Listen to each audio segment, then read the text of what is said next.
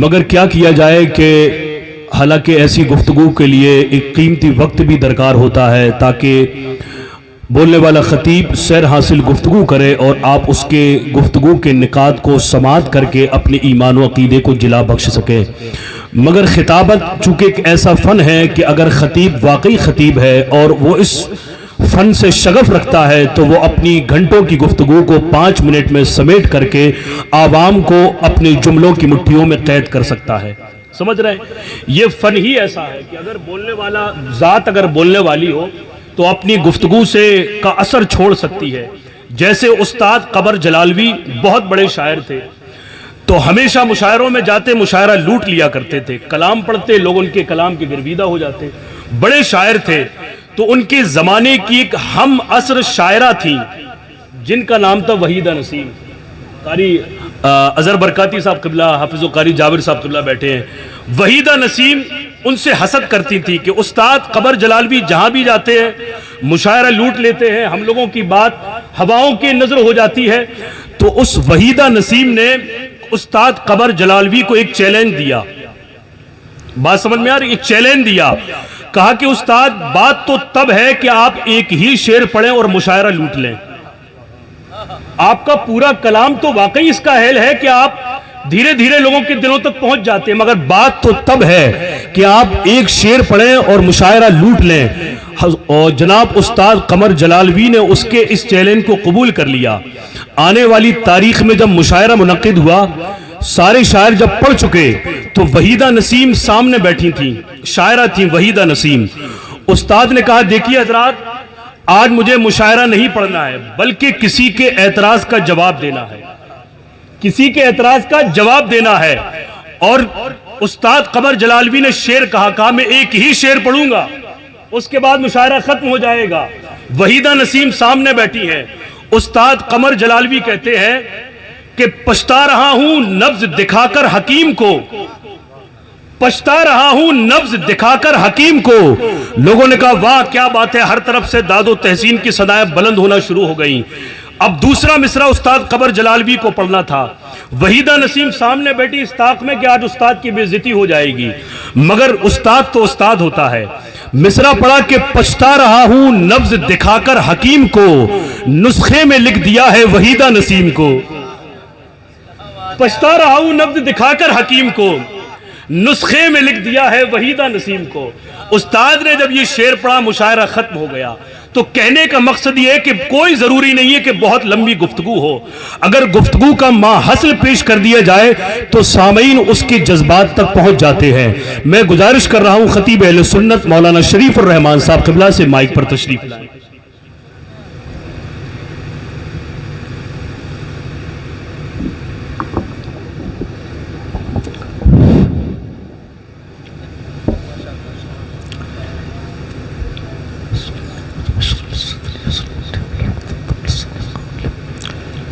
Stage پر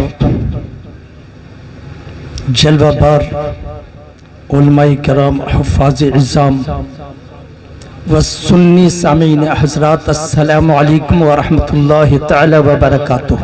وعلیکم السلام۔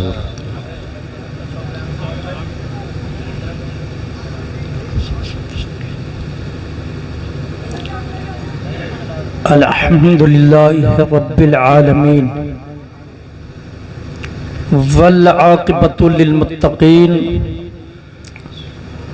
والصلاة والسلام علی سید المرسلین وعلی آلہ الطیبین الطاہرین واصحابہ اجمعین وابنہ الغوث العظم الجیلانی محی الدین، اما بعد، فاعوذ باللہ من الشیطان الرجیم، بسم اللہ الرحمن الرحیم۔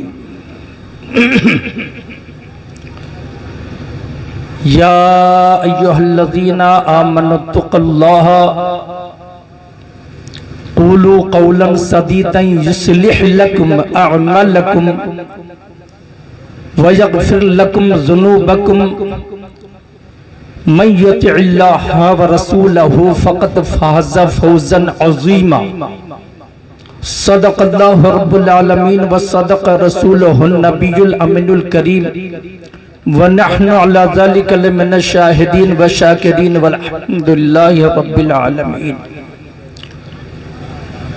حضرات گرامی، آئیے ہم اور آپ مل کر رسول ازدغفار محبوب پروردگار جناب محمد الرسول اللہ صلی اللہ تعالی علیہ وآلہ وسلم کی بارگاہ بکس پناہ میں درود و سلام کی ڈالیاں نچھاور کر لیں اور پڑھیں ہیں۔ اللہم صلی علی سیدنا و مولانا محمد مادن الجود والکرم والہ الکرام وابنہ الکریم و بارک وسلم صلاة و سلام علیکہ یا سیدی یا رسول اللہ صلی اللہ تعالی علیہ وآلہ وسلم۔ حضرات گرامی، آج کا یہ جلسہ اصلاح عقائد و اعمال و تعلیمات اعلی حضرت ماشاءاللہ سے متعلق منعقد کیا گیا۔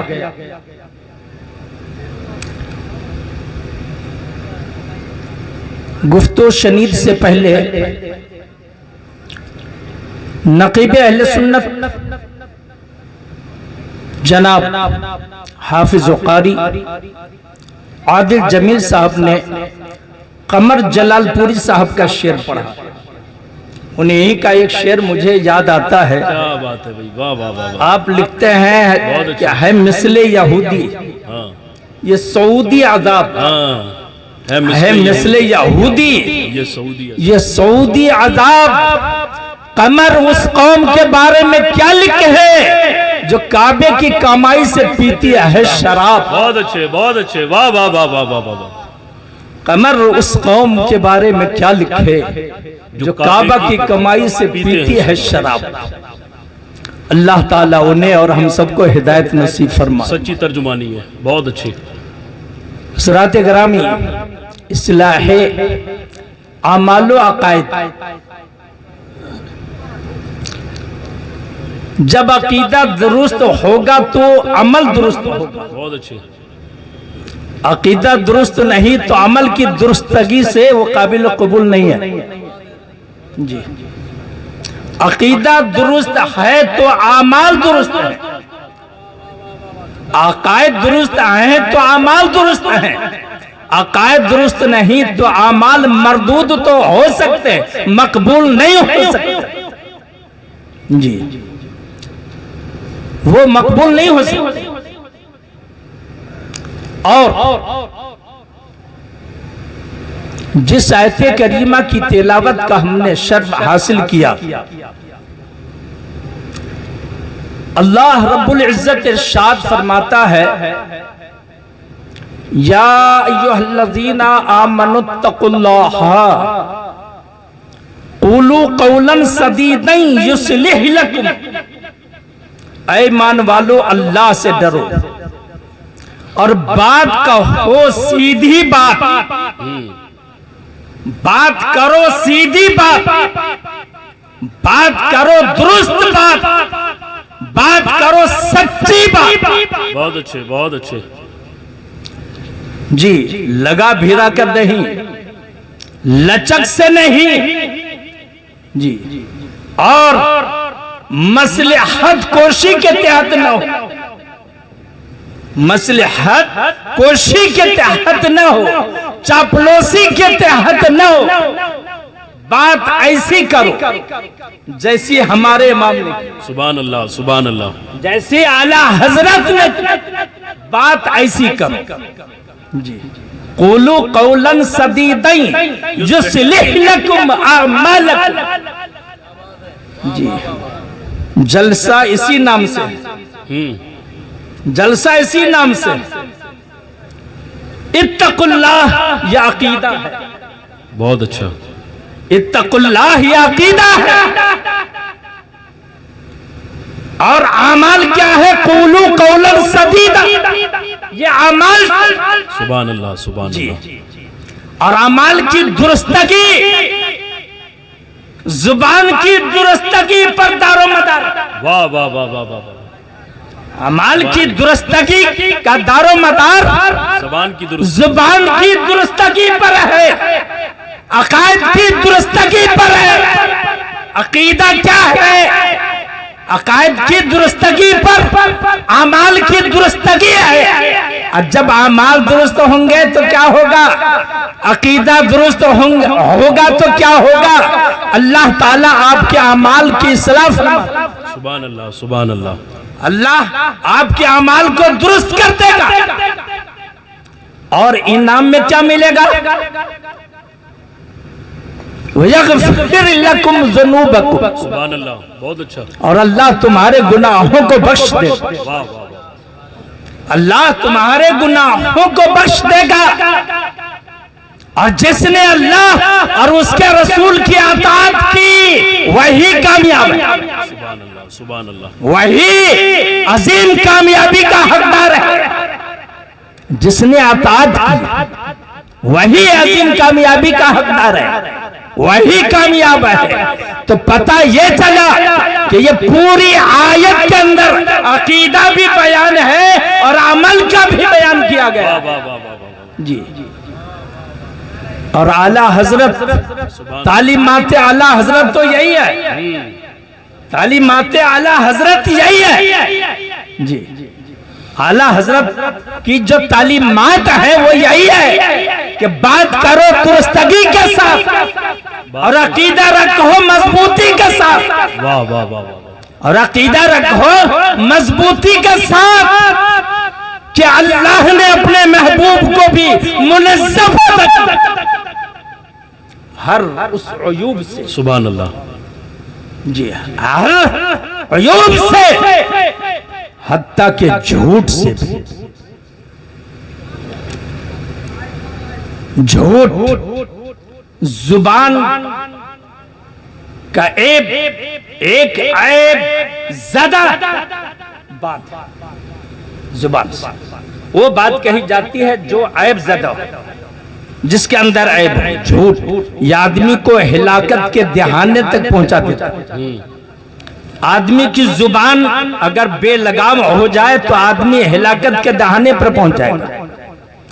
آدمی کی زبان پھسل جائے تو توبہ کی نوبت آتی ہے۔ اگر اس کی اصلاح اس انسان نے کر لی، بات کی امام صاحب کے بارے میں سچی بات کی، مومن کے بارے میں سچی بات کی، مسئلہ بیان کیا، سچا بیان کیا، مصلحت کوشش سے کام نہ لیا تو اللہ تعالیٰ آگے چل کر اس کے اعمال کی اور اصلاح فرما دیتا ہے اور وہ پھر غلطی سے محفوظ رہتا ہے۔ سبحان اللہ، جی، اعلیٰ حضرت کی تعلیمات سنو۔ ہم اپنی مسجدوں میں ایک شبہ کا ازالہ کر دیتا ہوں، 5 منٹ وقت لوں گا۔ آج کل گاہے بگاہے دبی زبان سے کچھ لوگ اعلیٰ حضرت کے کلام پر، اعلیٰ حضرت کے سلام پر، اعلیٰ حضرت کی شخصیت پر اعتراضات کے تیر چلاتے ہیں، اگرچہ وہ اعلیٰ حضرت کے الف سے واقف نہیں ہے، اعلیٰ حضرت کے الف سے واقف نہیں۔ ارے اعلیٰ حضرت اس شخصیت کا نام ہے جو ہندوستان کی سرزمین پر نائب غوث الورا ہے۔ واہ واہ واہ واہ واہ، یہ میں نہیں کہتا، سبحان اللہ، یہ میں نہیں کہتا، پیر سید جماعت علی شاہ محدث علی پوری رحمت اللہ تعالیٰ علیہ نے خواب کے اندر ایک بار غوث اعظم کا دیدار فرمایا تو فرماتے ہیں حضور سیدنا غوث اعظم دستگیر کہ میرا نائب ہندوستان میں احمد رضا۔ واہ واہ واہ واہ، نعرہ تکبیر، نعرہ رسالت، مسلک اعلیٰ حضرت، واہ واہ واہ، اور دوسری دلیل علامہ شاہ شیر محمد میاں نقشبندی شرق پوری صدر مجلس حزب احناف ملتان، وہ فرماتے ہیں کہ میں نے غوث اعظم کو خواب میں دیکھا، میں نے غوث اعظم کو خواب میں دیکھا میں نے پوچھا حضور اس وقت آپ کا نائب کون ہے؟ تو حضور سیدنا غوث اعظم دستگیر رضی اللہ تعالیٰ عنہ فرماتے ہیں کہ ہندوستان میں احمد رضا بریلی کے شہر میں میرا نائب ہے. جی بریلی کے شہر میں میرا نائب ہے. اور آپ مزید فرماتے ہیں جب آپ بریلی شریف آئے کن کے ساتھ میں؟ پیر سید جماعت علی شاہ کے ساتھ میں آپ بریلی شریف آئے, اعلیٰ حضرت کا دیدار کیا. اور جب واپس گئے اپنی جگہ پر تو آپ نے ایک مجمع جمع غفیر میں خطاب فرمایا اور آپ نے اس وقت فرمایا کہ جب میں بریلی گیا اعلیٰ حضرت کے روبرو بیٹھا دیدار سے شرفیاب ہو رہا تھا تو میں نے دیکھا کہ پردے کے پیچھے سے اللہ کے رسول جناب محمد رسول اللہ صلی اللہ تعالیٰ علیہ وآلہ وسلم اعلیٰ حضرت کو بتا رہے ہیں. اعلیٰ حضرت لکھتے جائیں یہ اعلیٰ حضرت جی حضرت آ چکے ہیں. نعرہ تکبیر, نعرہ تکبیر, شہزادہ چشت اہل بہشت, نعرہ تکبیر, نعرہ رسالت, نعرہ تکبیر, نعرہ رسالت, نعرہ رسالت.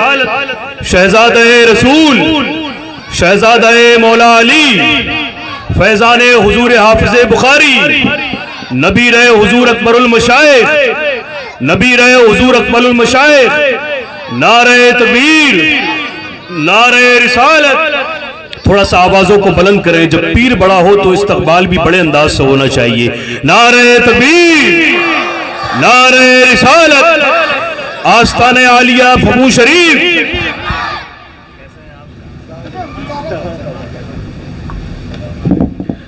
ماشاءاللہ جناب, سبحان اللہ. آپ سب سے گزارش ہے محبت کے ساتھ آپ تشریف رکھیں, بیٹھیں.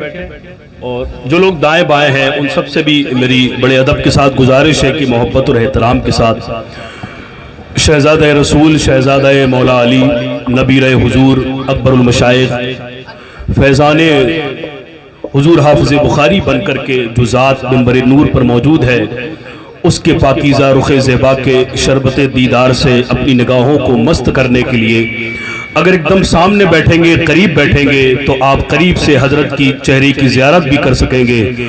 اور اس پاکیزہ بابرکت جسم پاک سے جو مبارک خوشبوئیں آ رہی ہیں ان کو بھی آپ اپنے دلوں کی زنبیل تک محسوس کر کے یہاں سے توشہ آخرت سمجھ کر کے اپنے گھر لے کر کے جائیں گے. بھائی جو لوگ کھڑے ہیں اگر دقت نہ ہو تو برائے کرم بیٹھ جائیں. یہ پاکیزہ سیج آپ جیسے محبتوں کے دولہا کے لیے سجائی گئی ہے تو ضرورت ہے کہ جب شیخ کامل بیٹھ گئے ہیں تو پھر کھڑے نہیں رہا جاتا ہے بلکہ محبت کے ساتھ ان کے قدم کے نیچے بیٹھا جاتا ہے. جو آل رسول کے قدم کے نیچے بیٹھتا ہے پھر وہ آسمان سے زیادہ بلند ہو جاتا ہے, کیونکہ عزتیں ہیں تو اسی خاندان کے لیے ہیں اور جس کو بھی عزت ملی ہے تو اسی خاندان کے صدقے میں ملی ہے. اسی لیے آپ سے میری گزارش ہے کہ محبت اور احترام کے ساتھ بیٹھیں. اور آپ دیکھ رہے ہیں کہ حضرت کی رفاقت میں, حضرت کی معیت میں یہ وہ عظیم شخصیتیں جو آستان عالیہ دارالخیر فبو شریف کا فیض حاصل کر کے منبر نور پر موجود ہے. حافظ قاری یعقوب صاحب قبلہ, مفتی شہنشاہ صاحب قبلہ, مفتی عارف صاحب قبلہ اور یہ ہمارے تمام تر دوست یہاں منبر نور پر موجود ہے. وقت کے مطابق حضرت وقت سے پہلے ہی آپ سے ملنے کے لیے منبر نور پر تشریف لائے.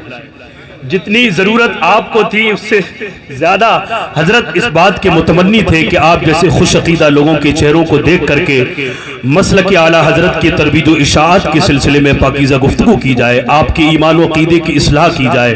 تو جو لوگ کھڑے ہیں ان سے میری گزارش ہے بیٹھے, آپ بیٹھ جائیں. مولانا شریف الرحمان صاحب قبلہ کی گفتگو ہو رہی تھی, آخری مرحلے میں تھی. میں ان سے گزارش کروں گا کہ وہ اپنی گفتگو کے اس پاکیزہ تار و پود کو اختتام کے حوالے کریں تاکہ یہ پاکیزہ محفل نور جو اس خوبصورت رنگ و آہنگ کے ماحول میں ہے وہ تھی اور آگے بڑھ جائے. درود پاک پڑھنے. اللہم صلی علی سیدنا و مولانا محمد معدن الجود والکرم وآلہ الکرام و صحابہ العظام و ابنہ الکریم و بارک وسلم. صلاة و سلام علیکہ یا سیدی یا رسول اللہ صلی اللہ تعالی علیہ وآلہ وسلم. حضرات گرامی, آپ سماعت کر رہے تھے کہ حضرت علامہ شیر محمد میاں نقشبندی شرق پوری رحمت اللہ تعالی علیہ نے حضور سیدنا غوث اعظم دستگیر رضی اللہ تعالی عنہ کو خواب میں دیکھا، بیداری میں نہیں، جگتے ہوئے میں نہیں، خواب کے اندر دیکھا، دریافت کیا، عرض کیا حضور اس وقت آپ کا نائب کون ہے؟ ماشاءاللہ. تو حضور سیدنا غوث اعظم دستگیر رضی اللہ تعالی عنہ نے فرمایا کیا کہنے کہ ہندوستان کے شہر بریلی میں احمد رضا میرا نائب ہے جی، کہ جس کو نیابت غوث اعظم رضی اللہ تعالی عنہ کا شرف حاصل ہو، ان کی زبان کو اللہ تعالیٰ نے اور ان کے قلم کو اللہ نے اپنے حفظ میں لے لیا، اپنے حفظ و امان میں لے رکھا ہے. اور پھر غوث اعظم رضی اللہ تعالی عنہ کی عقیدت و محبت آپ کے دلوں میں اور زیادہ مزید اضافہ ہونے کے لیے اس واقعے کو پیش کر کے اپنی بات کو ختم کرتا ہوں. حضرت سیدنا سید محمد اشرف الجیلانی محدث اعظم رضی اللہ تعالیٰ عنہ فرماتے ہیں کہ میرے استاذ مکرم اعلیٰ حضرت الشاہ امام احمد رضا خان فاضل بریلوی رضی اللہ تعالیٰ عنہ مجھے مسند افتاء پر جس دن بیٹھایا اس دن آپ نے 11 روپے کی شیرینی منگائی. واہ واہ واہ. سنا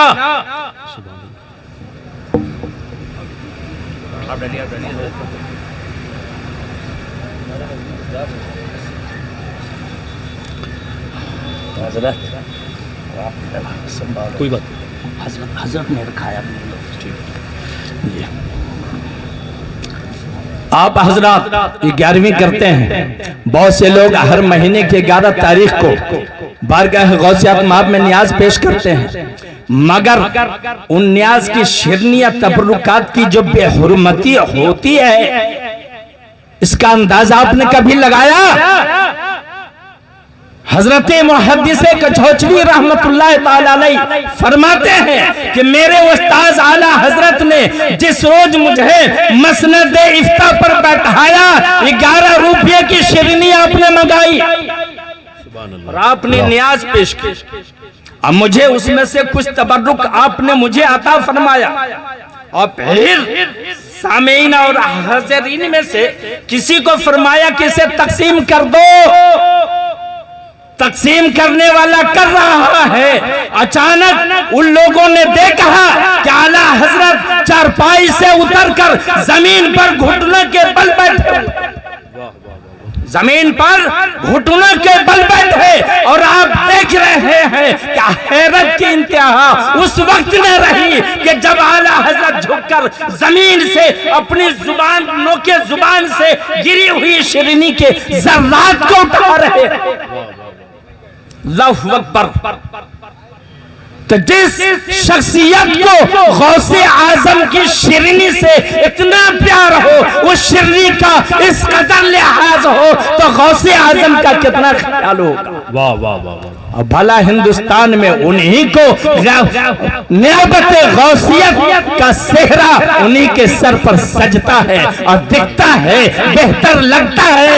میں اتنی بات بتا کر اپنی بات ختم کرتا ہوں کہ اعلیٰ حضرت کے معاصرین علماء نے جنہوں نے اپنے علم اور زور قلم سے ایک دنیا کو روشناس کرایا، ان میں ایک شخصیت حضرت سیدنا حافظ بخاری الشاہ سید شاہ محمد عبد الصمد خوندوی رحمت اللہ تعالی علیہ کی ذات بھی ہے. وآخر دعوانا ان الحمدللہ رب العالمین. ماشاءاللہ.